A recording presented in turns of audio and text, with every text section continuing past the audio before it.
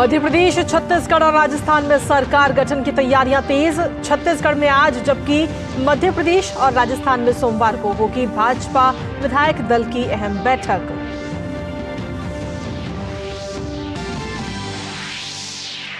केंद्रीय गृह एवं सहकारिता मंत्री अमित शाह आज पटना में आयोजित पूर्वी क्षेत्रीय परिषद की 26वीं बैठक की करेंगे अध्यक्षता। बिहार, पश्चिम बंगाल, उड़ीसा और झारखंड राज्य बैठक में होंगे शामिल।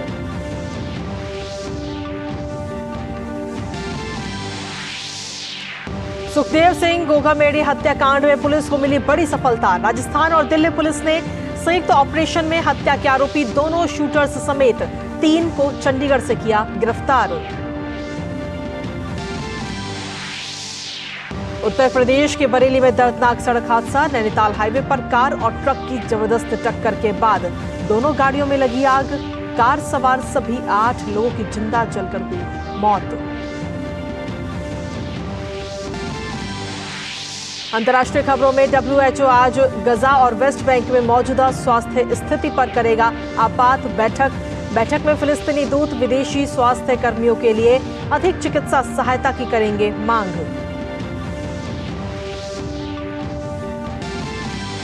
और खेल जगत से राजधानी नई दिल्ली में आज से पहले खेलो इंडिया पैरा गेम्स की होगी शुरुआत। 17 दिसंबर तक चलने वाली इस प्रतियोगिता में 1400 से ज्यादा प्रतिभागी लेंगे हिस्सा।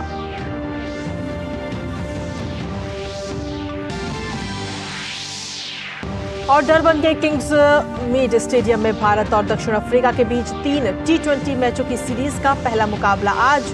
सूर्य कुमार यादव के नेतृत्व में जीत के साथ शुरुआत करना चाहेगी भारतीय टीम। नमस्कार, स्वागत है आप सभी का। दूरदर्शन समाचार आप देख रहे हैं, मैं हूं आपके साथ कृतिका। बुलेटिन की शुरुआत आज की अहम खबर के साथ करेंगे। दरअसल मध्य प्रदेश, राजस्थान और छत्तीसगढ़ में सरकार गठन की तैयारियां तेज हो चुकी हैं। जहां छत्तीसगढ़ में आज राजधानी रायपुर में भाजपा विधायक दल की अहम बैठक होनी है और इसी बीच केंद्रीय पर्यवेक्षक सर्बानंद सोनोवाल और अर्जुन मुंडा रायपुर भी पहुंच चुके हैं। राज्य में भाजपा पहली बार मुख्यमंत्री के साथ साथ डिप्टी सीएम बनाने के फॉर्मूले को भी अपना सकती है। वहीं पूर्व मुख्यमंत्री डॉक्टर रमन सिंह, प्रदेश अध्यक्ष अरुण साव, विष्णुदेव साय व रेणुका सिंह मुख्यमंत्री के प्रमुख दावेदार हैं। हालांकि इसके अलावा भी कुछ और नामों पर भी चर्चा इन दिनों वहां पर चल रही है। हालांकि पर्यवेक्षकों के साथ जब विधायक दल की ये अहम बैठक होगी उसके बाद ही साफ हो पाएगा कि आखिर मुख्यमंत्री का चेहरा कौन है मध्य प्रदेश के, माफ कीजिएगा, छत्तीसगढ़ के अंदर।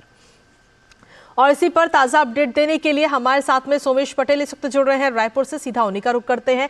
सोमेश, जिस तरीके से अगर देखा जाए तो चर्चाएं चल रही है मध्य प्रदेश, राजस्थान और छत्तीसगढ़ तीनों ही राज्यों को लेकर, लेकिन आज अगर देखा जाए तो जानकारी ये भी मिल रही है कि आज साफ हो जाएगा कि छत्तीसगढ़ की कमान किसके हाथों में होगी, छत्तीसगढ़ का मुख्यमंत्री कौन बनेगा। छत्तीसगढ़ में चौथी बार कमल का फूल खिला है और आज जिस तरह से पार्टी ने 3 पर्यवेक्षक को नियुक्त किया था, रायपुर विवेकानंद एयरपोर्ट में कुछ देर पहले पहुंच चुके हैं। करीबन 2 बजे विधायक दल की बैठक होगी। इस बैठक में तमाम विधायकों से ऑब्जर्वर मुलाकात करेंगे, बातचीत करेंगे। विधायक दल की बैठक होने के बाद उन्हें यह बता दिया जाएगा कि पार्टी ने आपके विधायक दल का आपको अपना नेता चुन लिया गया है। तो छत्तीसगढ़ में पिछले कई दिनों से ये अटकलें चल रही थी, कई दिनों से कि छत्तीसगढ़ का मुख्यमंत्री कौन होगा, तो यह सस्पेंस खत्म हो जाएगा। जिस तरह से छत्तीसगढ़ में मुख्यमंत्री के नामों को लेकर पूर्व मुख्यमंत्री डॉक्टर रमन सिंह, ओपी चौधरी, अरुण देव साव, रेणुका सिंह, तमाम उन लोगों का नाम चल रहा था। छत्तीसगढ़ में 2023 में लोकसभा चुनाव है। लोकसभा चुनाव को मद्देनजर रखते हुए पार्टी यह फैसला करेगी कि आखिर में छत्तीसगढ़ की कमान किसे दिया जाएगा।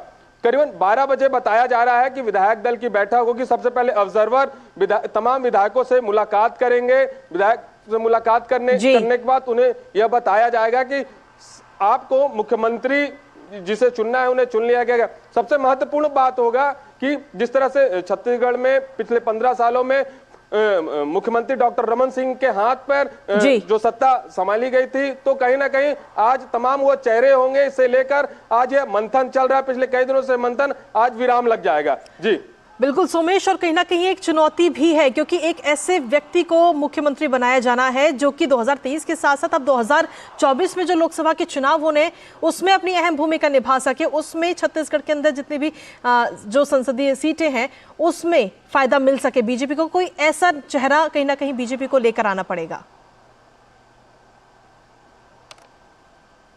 जी जरूर, मैं आपको बताऊं जिस तरह से छत्तीसगढ़ में प्रचंड चौथी बार बीजेपी का कमल और भारी मतों से विजय हुई है, तो कहीं ना कहीं जो मोदी के गारंटी के नाम पर जो घोषणा पत्र था, चाहे विवाहित महिलाओं को साल में 12,000 रुपए देने की बात हो, 3100 रुपए किसानों को बात देने की बात कही गई थी और 500 रुपए सिलेंडर देने की बात की, तमाम चीजों को लेकर जो चिंतन, जो ऐसे ही मुख्यमंत्री को बनाया जाए कि जो सारी चीजों को बखूबी समझता हो। चूंकि छत्तीसगढ़ में 15 साल मुख्यमंत्री डॉक्टर रमन सिंह ने सत्ता संभाली थी, बिल्कुल, और इन जैसे मुख्यमंत्री रमन सिंह के साथ तमाम ऐसे जो नेता हैं उनके नामों का भी चल रहा है कि आज कुछ देर बाद यह क्लियर हो पाएगा कि आखिर में छत्तीसगढ़ का मुख्यमंत्री किसे चुना जाएगा। मंथन का दौर जारी है, पर्यवेक्षक रायपुर पहुंच गए हैं और तमाम विधायकों से मुलाकात भी कर रहे हैं। जी सोमेश, क्योंकि आप खुद वहां पर मौजूद हैं और आपने भी कई विधायकों से मुलाकात की होगी, उनसे रूबरू हुए होंगे, तो इस बीच क्या कोई नाम अभी तक निकलकर सामने आया कि आखिर विधायकों की पसंद कौन कौन है?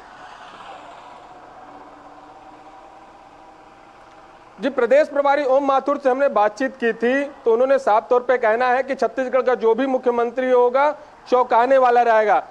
जो छत्तीसगढ़ में पिछले 5 सालों में कांग्रेस के शासनकाल में जिस तरह के करप्शन, भ्रष्टाचार, तमाम योजनाओं को लेकर जिस तरह से यहाँ पर भ्रष्टाचार हुआ है और बीजेपी एक बार फिर 2023 में सत्ता पर आई है, तो जिस तरह से जो तमाम नाम चले थे, जैसे छत्तीसगढ़ के पूर्व मुख्यमंत्री डॉक्टर रमन सिंह, अरुण देव साय, गोमती साय, रेणुका सिंह, ओपी चौधरी, तमाम ऐसे नाम हैं जो छत्तीसगढ़ में एक बार फिर से बीजेपी को जीत हासिल दिलाने के लिए इन तमाम लोगों का अहम भूमिका है। तो अभी स्पष्ट ये नहीं हो पाया है कि छत्तीसगढ़ का मुख्यमंत्री कौन होगा। विधायक दल की बैठक के बाद ही यह स्पष्ट होगा कि छत्तीसगढ़ का मुख्यमंत्री कौन होगा और किसे नेता चुना गया है। जी जी सुमेश, एक महत्वपूर्ण बात बताऊं, गुजरात के तर्ज पर 12 मंत्री छत्तीसगढ़ में भी होंगे, ऐसी चर्चा चल रही है। और जो मंत्रियों का नाम होगा, 6 पुराने मंत्री और 6 नए मंत्रियों को इस मंत्रिमंडल में भी जगह दी जाएगी। जी सोमेश, एक चीज और आपसे जानना चाहेंगे कि जिस तरीके से चर्चा चल रही है कि इस बार उप मुख्यमंत्री भी बनाए जा सकते हैं, उसको लेकर आपके पास में क्या कुछ अपडेट्स है? जी चर्चा का दौर जारी है कि मुख्यमंत्री के बाद डिप्टी सीएम भी बनाया जा सकता है। जिस तरह से तमाम जो नाम आ रहे हैं, अरुण साव, रेणुका सिंह, ओपी चौधरी, इन्हें कहीं ना कहीं डिप्टी सीएम भी बनाया जा सकता है। अभी स्पष्ट ये नहीं हो पाया है कि मुख्यमंत्री कौन होगा, डिप्टी सीएम कौन होगा। और जिस तरह से ये चर्चा का दौर अभी जारी है, विधायक दल की बैठक के बाद ही यह स्पष्ट हो पाएगा कि छत्तीसगढ़ का मुख्यमंत्री कौन होगा, किसे डिप्टी सीएम बनाया जाएगा और 12 किन महत्वपूर्ण लोगों को मंत्री बनाया जाएगा। ये चर्चा अभी जारी है। जी चलिए, बहुत बहुत शुक्रिया सुमेश, आप इस पर अपनी नज़र लगातार बनाए रखिएगा और आगे भी आप हमें अपडेट्स इससे जुड़े हुए तमाम दीजिएगा, क्योंकि अगर देखा जाए तो छत्तीसगढ़ में आज लगभग नाम फाइनल होने की जानकारी कहीं ना कहीं सामने आ रही है। 12 बजे विधायक दल की अहम बैठक होनी है, देखना होगा कि किसके नाम पर पक्की मोहर भाजपा आलाकमान लगाता है। तो ये तो बात रही छत्तीसगढ़ की। अब बात करते हैं राजस्थान की, जहां मुख्यमंत्री पद के लिए भारतीय जनता पार्टी में पशुपेश अभी भी जारी है। पार्टी द्वारा 3 केंद्रीय पर्यवेक्षक नियुक्त किए गए जाने के बाद में अब आने वाला कल यानी कि सोमवार को विधायक दल की अहम बैठक होनी है। केंद्रीय मंत्री राजनाथ सिंह, राज्यसभा सांसद सरोज पांडे और पार्टी महासचिव विनोद तावड़े को राजस्थान में पर्यवेक्षक के रूप में नियुक्त किया गया है। वहीं राजस्थान में मुख्यमंत्री पद की रेस में पूर्व मुख्यमंत्री वसुंधरा राजे सहित केंद्रीय मंत्री गजेंद्र सिंह शेखावत, अर्जुना मेघवाल, पार्टी के प्रदेश अध्यक्ष सीपी जोशी का नाम शामिल है। इसके अलावा बाबा बालकनाथ और ओम माथुर भी रेस में बताए जा रहे हैं। केंद्रीय पर्यवेक्षक विधायक दल की बैठक में विधायकों से बातचीत करने के बाद मुख्यमंत्री के नाम की घोषणा की जा सकती है। हालांकि ये जो अहम बैठक है वो कल होनी है। और इसी बीच केंद्रीय मंत्री अश्विनी चौबे ने कहा कि राजस्थान के सभी विधायक उचित समय पर उचित निर्णय लेंगे।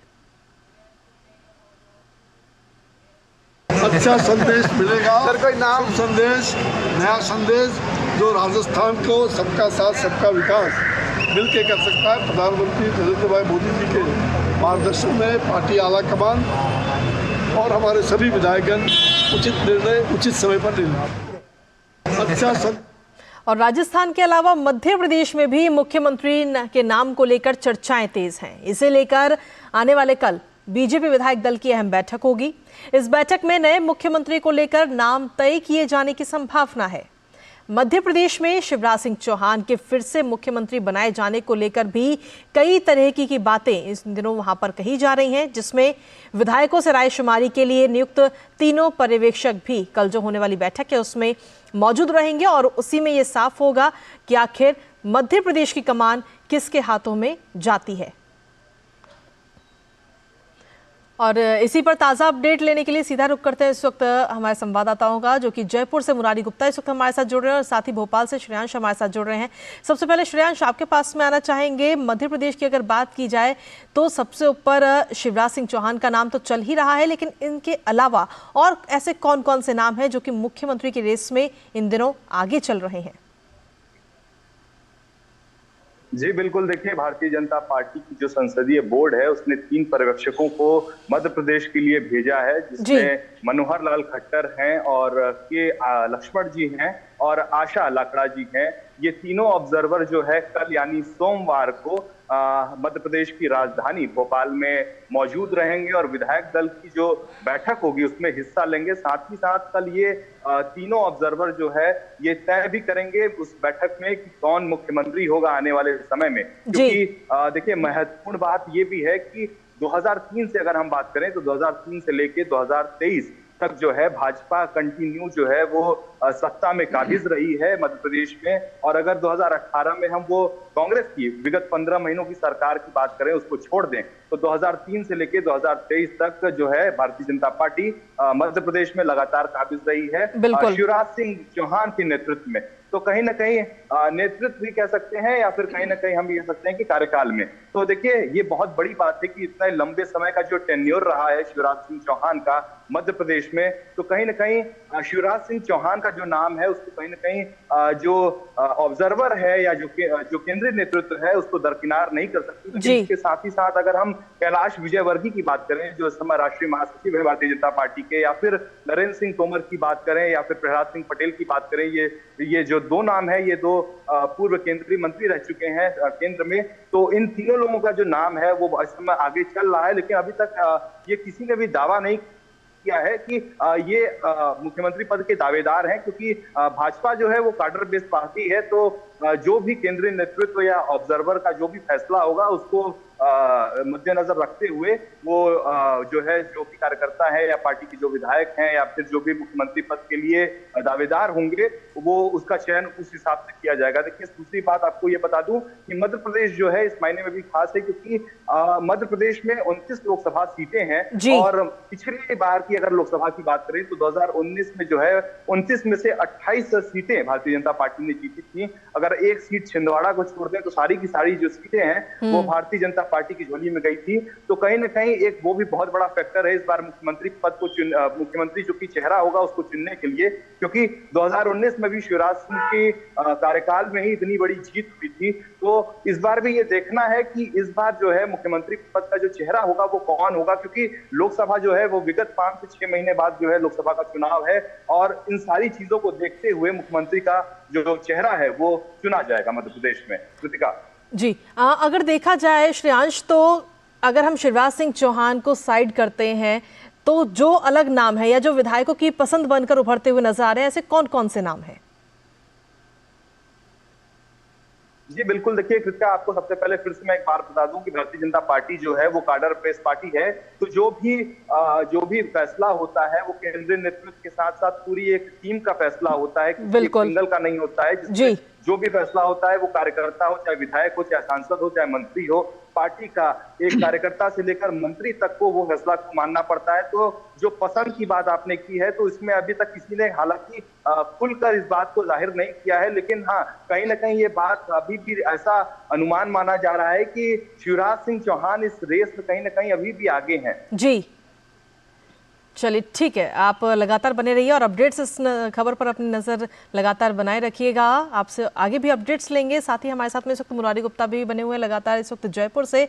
मुरारी, राजस्थान में क्या कुछ नज़र आ रहा है इस वक्त, क्योंकि चर्चाएं तो वहाँ पर भी बहुत ज़्यादा हैं और सिर्फ एक नहीं बल्कि 4 से 5 नाम इस वक्त मुख्यमंत्री की रेस में चल रहे हैं।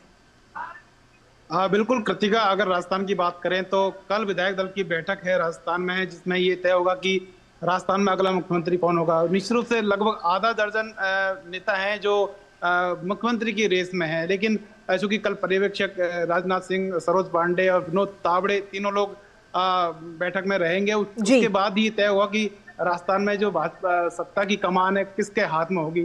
चूंकि कृतिका 2024 में लोकसभा के भी चुनाव है, तो भारतीय जनता पार्टी का कहीं ना कहीं जो फोकस है वो लोकसभा चुनाव पर भी है कि उनको एक ऐसा व्यक्ति चाहिए जो अगले सबको साथ लेकर जो 2024 में लोकसभा का चुनाव है उसको लेकर कहीं न कहीं एक जो 25 का पिछले चुनाव में 24+1 सीटें भारतीय जनता पार्टी को मिली थी, वो रिकॉर्ड बरकरार रहे और सारी सीटें भारतीय जनता पार्टी लोकसभा में अच्छा प्रदर्शन करे। ये फोकस को लेकर, क्योंकि राजस्थान में एक कह सकते हैं कि जातीय समीकरण को भी ध्यान में भारतीय जनता पार्टी रखने का प्रयास कर रही है, तो देखने वाली बात ये होगी कि कौन व्यक्ति है जिसको मुख्यमंत्री भारतीय जनता पार्टी राजस्थान में बनाएगी। पूर्व मुख्यमंत्री वसुंधरा राजे लगातार लॉबिंग कवायद कर रही है। इसके अलावा बाकी दूसरे कई केंद्रीय मंत्री हैं, कुछ स्थानीय भारतीय जनता पार्टी के नेता है, वो भी लगातार मुख्यमंत्री की रेस में है। तो देखने वाली बात कल किस तरह चीजें सेटलमेंट होंगी, कौन राजस्थान को नया मुख्यमंत्री मिलेगा, ये एक बड़ा दिलचस्प चीज कल होने वाली है। जी प्रतिका जी। मुरारी, एक चीज और आपसे जानना चाहेंगे, जिस तरीके से आपने वसुंधरा राजे की बात करी कि एक उनकी लॉबी है, विधायक दल एक उनके साथ है, तो ऐसे में अगर उनको मुख्यमंत्री नहीं बनाया जाता या जिन लोगों का नाम इस वक्त चल रहा है उनमें से मुख्यमंत्री तो सिर्फ एक ही बनेगा, तो बाकियों को कैसे साधा जाएगा भारतीय जनता पार्टी की तरफ से? कहीं आपसी मतभेद की स्थिति तो नहीं बन जाएगी राजस्थान के अंदर?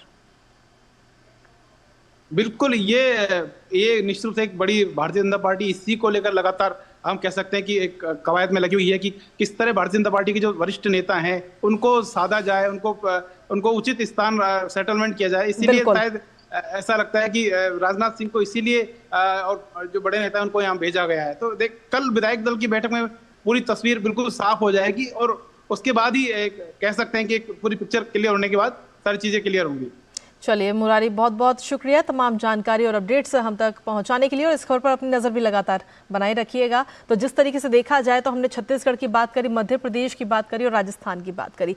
छत्तीसगढ़ में मुख्यमंत्री के जो चेहरा है वो आज लगभग सामने आ जाएगा, लेकिन वहीं मध्य प्रदेश और राजस्थान में कल विधायक दल की अहम बैठक होगी और इन दोनों ही राज्यों में मुख्यमंत्री कौन होगा इस पर कल ऐलान किया जा सकता है। हालांकि इन तीनों ही राज्यों पर दूरदर्शन लगातार अपनी नज़र बनाए हुए है। इसी बीच खबरों में वक्त है एक छोटे से ब्रेक का, आप बने रहिए हमारे साथ, जल्द हाजिर होते हैं। एनपीएस में सबसे अच्छा फायदा क्या है कि अगर मान लीजिए किसी एम्प्लॉइज को इक्विटी मार्केट का नॉलेज नहीं है, वो भी इसमें बेनिफिट ले सकता है। क्यों? क्योंकि आपका जो फंड होता है फंड मैनेजर मैनेज करता है। एम्प्लॉय अपने हिसाब से अपने सारे रेशियोज को डिसाइड कर सकता है और इसका बेनिफिट ले सकता है। ये सबसे अच्छी ट्रांसपेरेंट मैनर में वे है इसके एनपीएस की। दूसरा है कि आप इसके ऐप को भी डाउनलोड कर सकते हैं, उससे आप रेगुलर अपना मॉनिटरिंग कर सकते हैं। अपने बेहतर कल को सुनिश्चित करने के लिए एनपीएस जरूरी है। क्या बात है, बहुत ठीक लग रहा है। 3 महीने में पैसे डबल, वाह, फास्ट और हाई रिटर्न्स भी।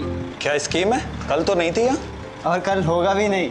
तूने कभी 5 ओवर में डबल सेंचुरी मारी है? ऐसे स्कीम के बहकावे में आके हम धोखा खा सकते हैं। और आरबीआई कहता है अपना पैसा सुरक्षित रखो और समझदारी से निवेश करो। अगर ज्यादा रिटर्न के पीछे भागोगे तो रिस्क भी उतना ही उठाओगे, और फास्ट रिटर्न से बच के, और फास्ट बॉलिंग से भी। आरबीआई कहता है जानकार बनिए, सतर्क रहिए। लेट हो गया आज तो। अरे बेटा नाश्ता तो करते जाओ। मम्मा फिर से वही बोरिंग नाश्ता। अच्छा मम्मा, तुम्हारा ही घास फूस वाला नाश्ता मुझे नहीं करना है। वैसे भी ऑफिस के बाहर क्या मस्त पकौड़े वाला है, अब से मेरा नाश्ता वही होगा।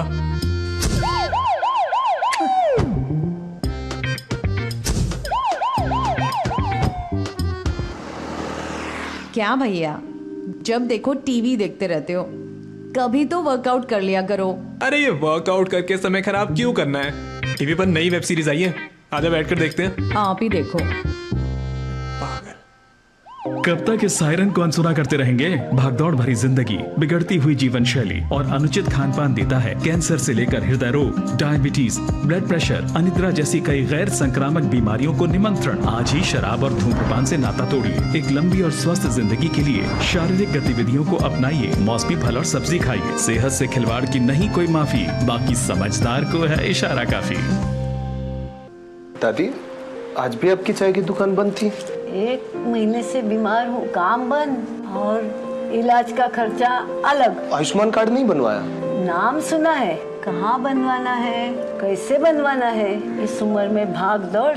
कार्ड अभी बन जाएगा। आयुष्मान ऐप पर जाकर अपना या परिवार के सदस्य का नाम लाभार्थी सूची में ढूंढे। आधार, OTP या फेस ऑथ द्वारा ऑथेंटिकेट करें। डिटेल्स भरें। अब मोबाइल से फोटो खींचकर अपलोड करें। बन गया। अब ठीक होकर अपने हाथ की चाय पिला दो। और एक प्रकार से PM जय अब गरीबों की जय बन गई है। 5 लाख तक के मुफ्त उपचार की गारंटी। स्वास्थ्य का वरदान आयुष्मान। मोदी सरकार की गारंटी, महिलाओं के लिए धुआं मुक्त रसोई। प्रधानमंत्री उज्ज्वला योजना के तहत 10 करोड़ गैस कनेक्शन। हमारा संकल्प विकसित भारत।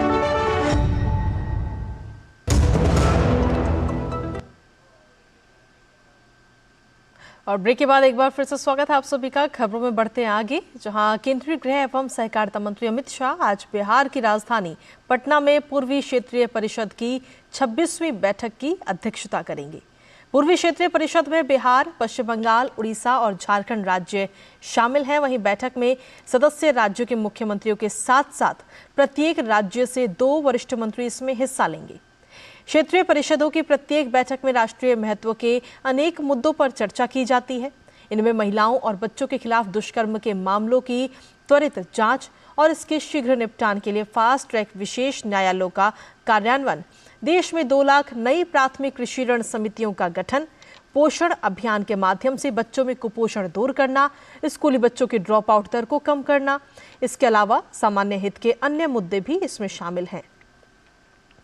वहीं साल 2014 से लेकर अब तक यानी पिछले 9 सालों में विभिन्न क्षेत्रीय परिषदों की कुल 55 बैठकें हुई हैं और इनमें स्थायी समितियों की 29 बैठकें और क्षेत्रीय परिषद की 26 बैठकें शामिल हैं। वहीं मुंबई में वन भारत साड़ी वॉकथॉन का आयोजन किया गया, जहां केंद्रीय मंत्री पीयूष गोयल ने वॉकथॉन को झंडी दिखाकर रवाना किया। वन भारत साड़ी वॉकथॉन का उद्देश्य देश में हथकरघा साड़ी संस्कृति को बढ़ावा देना है। इसके साथ ही ये महिला सशक्तिकरण को भी बढ़ावा देता है। सांस्कृतिक विविधता और सशक्तिकरण के इस उत्सव में तमाम क्षेत्रों की हस्तियों सहित गृहिणियों ने भी हिस्सा लिया। वहीं कार्यक्रम में अभिनेत्री सोनाली बेंद्रे भी इस दौरान मौजूद रहीं और ये देश का अब तक का सबसे बड़ा वन भारत साड़ी वॉकथॉन है। राष्ट्रीय राजपूत करनी सेना के अध्यक्ष सुखदेव सिंह गोगामेडी हत्याकांड में पुलिस को बड़ी कामयाबी मिली। दिल्ली पुलिस की क्राइम ब्रांच और राजस्थान पुलिस ने हत्या के 2 आरोपियों को चंडीगढ़ से गिरफ्तार कर लिया है। आरोपियों को दिल्ली में क्राइम ब्रांच के ऑफिस लाया गया। दोनों आरोपी नितिन फौजी और रोहित राठौड़ हिसार के रास्ते मनाली चले गए थे और फिर चंडीगढ़ आ गए थे। इनके साथ इनका साथी उधम भी था और उसे भी इस वक्त गिरफ्तार कर लिया गया है। उपराष्ट्रपति जगदीप धनखड़ आज झारखंड के दौरे पर रहेंगे, जहां उपराष्ट्रपति बनने के बाद ये उनका झारखंड राज्य का प्रथम दौरा है। अपनी इस यात्रा के दौरान उपराष्ट्रपति 2 प्रतिष्ठित शैक्षिक संस्थानों को संबोधित करेंगे। उपराष्ट्रपति सबसे पहले जमशेदपुर पहुंचेंगे, जहां वो जेवियर स्कूल ऑफ मैनेजमेंट के प्लेटिनम जुबली समारोह में मुख्य अतिथि होंगे। उसके बाद वो IIT धनबाद के 43वें दीक्षांत समारोह को मुख्य अतिथि के रूप में संबोधित करेंगे। साथ ही वहां उपस्थित शिक्षकों और छात्रों से संवाद भी करेंगे। और चलिए अब बात करते हैं उत्तर प्रदेश की, जहां बरेली में नैनीताल हाईवे पर भोजीपुरा के पास एक बड़ा सड़क हादसा हुआ। इसमें एक बच्चे सहित 8 लोगों की मौत हो गई। वहीं पुलिस के अनुसार एक कार का टायर फटने से वो अनियंत्रित होकर डंपर से टकरा गई, जिससे कार में भयानक आग लग गई। पुलिस के अनुसार दमकल विभाग को बुलाकर आग पर काबू पाया गया, लेकिन कार अंदर से लॉक हो जाने की वजह से अंदर सभी यात्री फंस गए और उनकी जिंदा जलकर मौत हो गई। पुलिस का कहना है कि सभी शव को कब्जे में लेकर पोस्टमार्टम के लिए भेज दिया गया है। और चलिए अब बात करते हैं अंतर्राष्ट्रीय खबर की, जहां विश्व स्वास्थ्य संगठन आज गजा और वेस्ट बैंक में मौजूदा स्वास्थ्य स्थिति पर बैठक करेगा। इस बैठक में फिलिस्तीनी दूत और अधिक चिकित्सा सहायता की मांग की जाएगी। WHO ने कहा है कि इस सत्र के लिए 15 देशों से अनुरोध प्राप्त हुए हैं। इससे पहले WHO ने कहा कि गजा में बमबारी से ज्यादा लोगों की मौत हो सकती है। बच्चों में डायरिया के मामले सामान्य स्तर से लगभग 100 गुना तक बढ़ सकते हैं।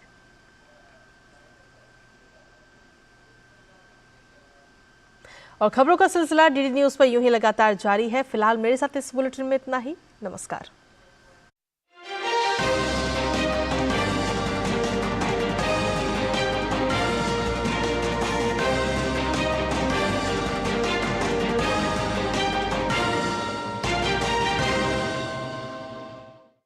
हिम्मत दिखा, ताकत दिखा, हिम्मत दिखा, ताकत दिखा, कभी तैयार हो जाइए भारतीय खेलों के इतिहास को बदलने वाले पल के साक्षी बनने के लिए। पहली बार खेलो इंडिया पैरा गेम्स का आयोजन राजधानी दिल्ली में 10 से 17 दिसंबर के बीच होने जा रहा है। केंद्रीय गृह एवं सहकारिता मंत्री अमित शाह 11 दिसंबर को इंदिरा गांधी इंडोर स्टेडियम में इस प्रतियोगिता का उद्घाटन करेंगे। पहले खेलो इंडिया पैरा गेम्स में सर्विसेज स्पोर्ट्स कंट्रोल बोर्ड सहित 32 राज्यों और केंद्र शासित प्रदेशों के 1400 से अधिक प्रतिभागियों के भाग लेने की उम्मीद है। इस पैरा गेम्स में पैरा एथलेटिक्स, पैरा निशानेबाजी, पैरा तीरंदाजी, para football, para badminton, para table tennis और पैरा भारोत्तोलन सहित 7 स्पर्धाओं में पैरा एथलीट प्रतिस्पर्धा करेंगे। ये स्पर्धाएं 3 साई स्टेडियमों, IG स्टेडियम, तुगलकाबाद स्थित शूटिंग रेंज और जवाहरलाल नेहरू स्टेडियम में आयोजित किए जाएंगे। उम्मीद की जा रही कि खेलो इंडिया पैरा गेम्स भारतीय पैरा स्पोर्ट्स के लिए गेम चेंजर साबित हो सकते हैं। Continuity of the para games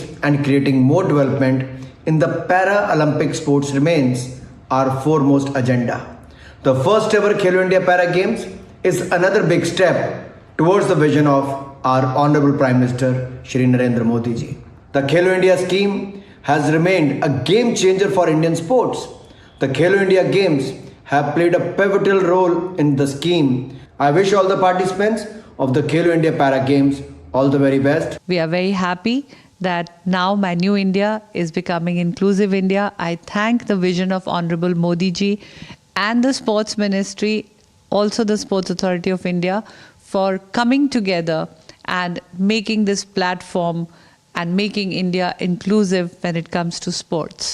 ये पहल प्रधानमंत्री नरेंद्र मोदी द्वारा 2 महीना पहले मुंबई में हुए अंतर्राष्ट्रीय ओलंपिक समिट के सत्र में खेलो इंडिया पैरा गेम्स के उल्लेख के बाद की गई है। खेलो इंडिया के नाम से केंद्र सरकार द्वारा देश में खेलों को बढ़ावा देने के लिए चलाए जा रहे कार्यक्रम में पैरा स्पोर्ट्स के शामिल करने से 2018 के बाद से 11 सफल खेलो इंडिया आयोजनों की मेजबानी के बावजूद चला आ रहा इंतजार अब समाप्त होने जा रहा है।